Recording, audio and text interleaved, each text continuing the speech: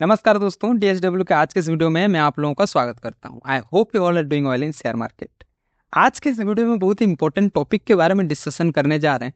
अगर आप लोग कंटिन्यूअसली मेरे वीडियोस देखते हैं तो आप लोगों को पता होगा कि पिछले 8 महीना लगभग हो रहा है जिसमें हर एक महीना जो मंथ ऑन मंथ क्लोजिंग होता है, पीएनएल हम लोगों का या तो हरा रहता है यानी कि प्रॉफिटेबल, या फिर ब्रेक इवन रहता है, सिर्फ और सिर्फ 8 महीना से। बट मैं आप लोगों को हर एक वीडियो में बोलता हूँ कि मैं पिछले 2.5 साल से कंटिन्यूअसली ट्रेड कर रहा हूँ, एक ऑप्शन बायर्स रहा हूँ। इन 2.5 साल में से पिछले 8 महीना में ऐसा क्या हो गया जो शुरुआती के जो मेरे 2 साल या फिर 1 साल, 8 महीना 10 महीने तक नहीं हो पा रहा था। ऑफकोर्स एक चेंज आया था।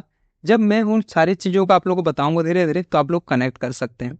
पिछले जो शुरुआती का हमारा 1 साल 8 महीने रहा, शुरुआती में मैंने बहुत सारे प्राइस एक्शन सीखे।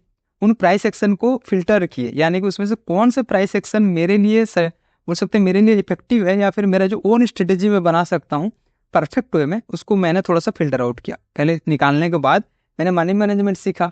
मुझे स्टार्टिंग के दिन मुझे याद है अभी भी कि मैं एंट्री लेने में थोड़ा सा घबराता था, यानी कि लेट एंट्री, थोड़ा सा स्लो एंट्री हम लेते हैं, और अभी भी वो सारी चीज़ें हैं, पर धीरे धीरे सुधरा है।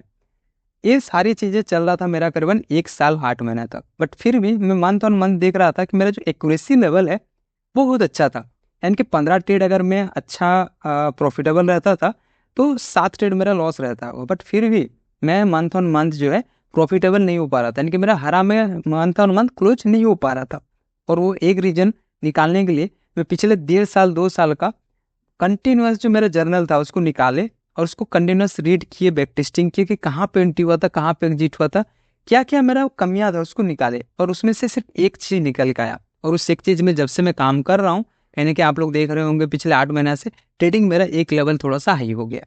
चलिए इसी के बारे में हम लोग स्क्रीन में देखते हैं। थोड़ा सा स्क्रीन में हमारा एंट्री एग्जिट और जो उस दिन का प्राइस एक्शन में क्या था उसको समझेंगे तो शायद ये चीज आप लोगों को काम आ सकता है। चलते हैं हम लोग स्क्रीन के ऊपर। मार्केट में यहाँ पर डब्ल्यू पैटर्न क्रिएट हुआ। मैंने यहाँ पर लिया एंट्री। यहाँ एंट्री लेने के बाद मार्केट थोड़ा देर मेरे पास पोजीशन मेरे साइड में गया, यानी कि मैं करीबन 50 क्वांटिटी में अगर 400 या 500 का प्रॉफिट देखा तो उसके बाद मार्केट मेरा अपोजिट साइड में जा रहा है। तो मैं इस ट्रेड से क्या करता था कि मार्केट मेरा जीरो हो जाए आके भी तो भी मैं नहीं निकलता था। पहला गलती। दूसरा गलती, मार्केट जब हम लोग को फिर से लॉस में चल गया तब हम लोग यह आउट करते हैं कि नहीं मार्केट फिर ब्रेक इवन में आ जाएगा तो मैं निकल जाऊंगा। सबसे बड़ा सेकंड गलती। तीसरा गलती, जब मार्केट देख रहे हैं कि मार्केट हम लोगों का अपोजिट साइड में मूव कर रहा है, जब मार्केट पूरा हद से ज़्यादा बोल सकते हैं मेंटली आपको तोड़ देता था मेरे को, उसके बाद मैं उससे ज़बरदस्ती ट्रेड से निकलता था। यानी कि क्या, एक ऐसा ट्रेड में एग्जीक्यूट करता था वो अगर मेरा अगेंस्ट जा रहा है उस ट्रेड से मैं निकल नहीं पाता था। सबकी कहीं ना कहीं ये ट्रेड्स में जो भी लेता था मैं एसएल को एक्सेप्ट ही नहीं करता था कि एसएल मुझे देना भी है बोल के। अब उसी चक्कर में क्या होता था कि होप ट्रेड हो जाता था, जहाँ पर अगर 50 क्वांटिटी में अगर 10 रुपये का भी लॉस लेके चल रहा था तो मेरा एवरेज लॉस 500 रुपये का रहता। अब इसमें मैं कितना दे रहा हूँ, 1760, यानी कि 3 गुना लॉस मैं एक ट्रेड के ऊपर दे देता था। अभी 3 गुना जब लॉस दे देते थे तो मंथ ऑन मंथ अगर प्रॉफिट आप कितना भी रहेंगे तो कहीं ना कहीं उतना आप नहीं पहुंच पाएंगे कि 3 ट्रेड का जो लॉस है एक प्रॉफिट के ट्रेड में आप कवर कर लें। पहला गलती। दूसरा और एक ट्रेड आप लोग देख सकते हैं, 14 सितंबर का 20 100 का कॉल हम लोग लिए थे 64 रुपया में 9:30 बजे, और निकले कितना बजे, 3 बजे। यानी कि मैं पूरा प्रीमियम को जीरो कर दिया। प्रीमियम कौन सा दिन था, एक्सपायरी का दिन था। 3,000 रुपया करीबन मुझे सिर्फ और सिर्फ 50 क्वांटिटी के ऊपर लॉस हुआ था।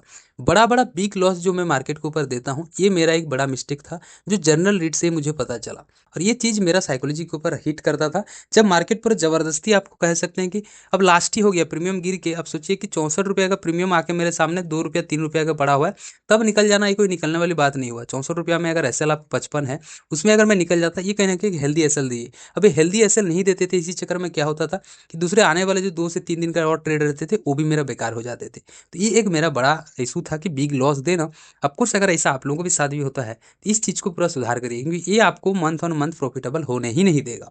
ये मेरा एक बिग प्रॉब्लम था जिसमें मैं काम कर रहा हूँ। धीरे धीरे सुधरा है। जो महीना में मैं कहने कि 3 से 4 बड़ा लॉस देता था उसको आज मैं कहीं ना कहीं धीरे धीरे करते करते आज महीना में अगर एक बार बड़ा लॉस देते होंगे, वरना उसको जीरो भी कर दिए हैं। कुछ कुछ मंथ ऐसा भी गया है जहाँ पर इतना बड़ा लॉस हम देते ही नहीं। यानी कि धीरे धीरे मैं इस चीज़ को डेवलप किया हूँ पिछले 8 महीना से।